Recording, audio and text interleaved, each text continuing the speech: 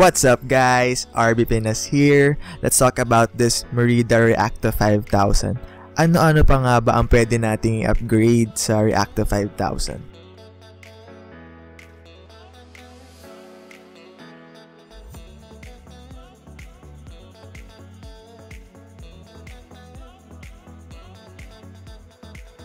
Simulan natin sa rims. Ang original na rim ng Reacto 5000 is alloy, the Merida Expert CW. I went away with a CNC or the Carbon Nation Cycling 60mm by 25mm wide.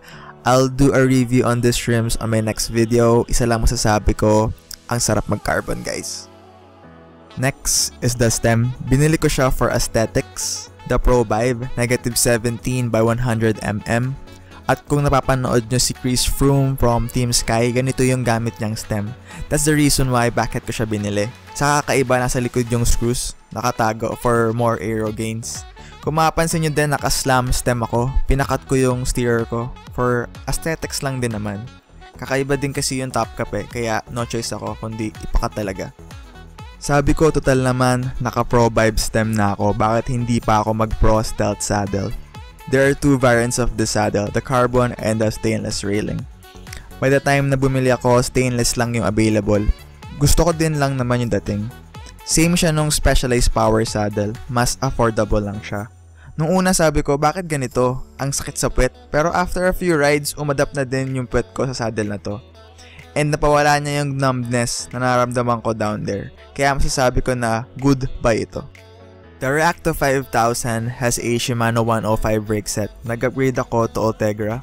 Maniniwala ba kayo sa Lazada ko lang yan nabili? Dahil mahal at wala masyadong nagbebenta sa atin ng direct mount brakes sa local bike shop natin. Wala namang pinagkaiba in terms of braking, sa weight lang talaga ang difference.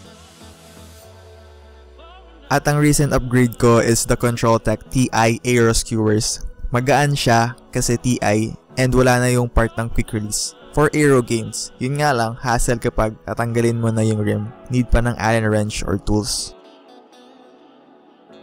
Overall, marami pa tayong pwedeng upgrade dito. For example, the cranks. Mas okay kung magkaroon tayo ng Ultegra crankset para makompleto na rin natin yung group set. Dahil ito na lang yung kulang. On my handlebar, I'm still using the stock one. Mahirap kasi maghanap ng 380mm. So, mas preferred ko siya sa 400mm. I'm still also using the stock bar tape pero baka magpalit na rin ako. Now, let's talk about the bike on how it handles. Nung unang gamit ko sa kanya, I feel like parang sinasabi sa akin na ganyan ka na lang ba? Kasi feel ko hindi ko malabas yung potential ng bike. Kasi nung time na yon wala pa ako sa certain fitness level. I guess lahat naman ng carbon is stiff talaga compared sa alloy frames.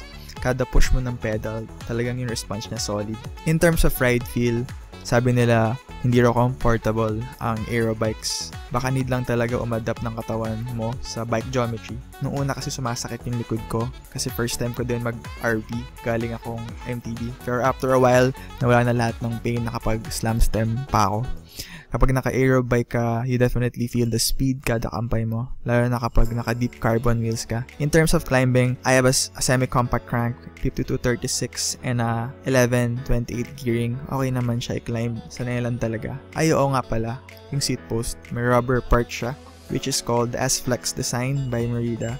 It helps to make the ride comfortable. Not sure if it does kasi this is my first time riding an aero bike. Nung binili ko siya, nakakuha ako ng almost 15k discount gawa ng cash payment ang ginawa ko. To finish it off, ang Merida Reacto 5000 is bang for a buck. I could consider it as an all-rounder bike with an aero capabilities as long as wala lahat ng pain.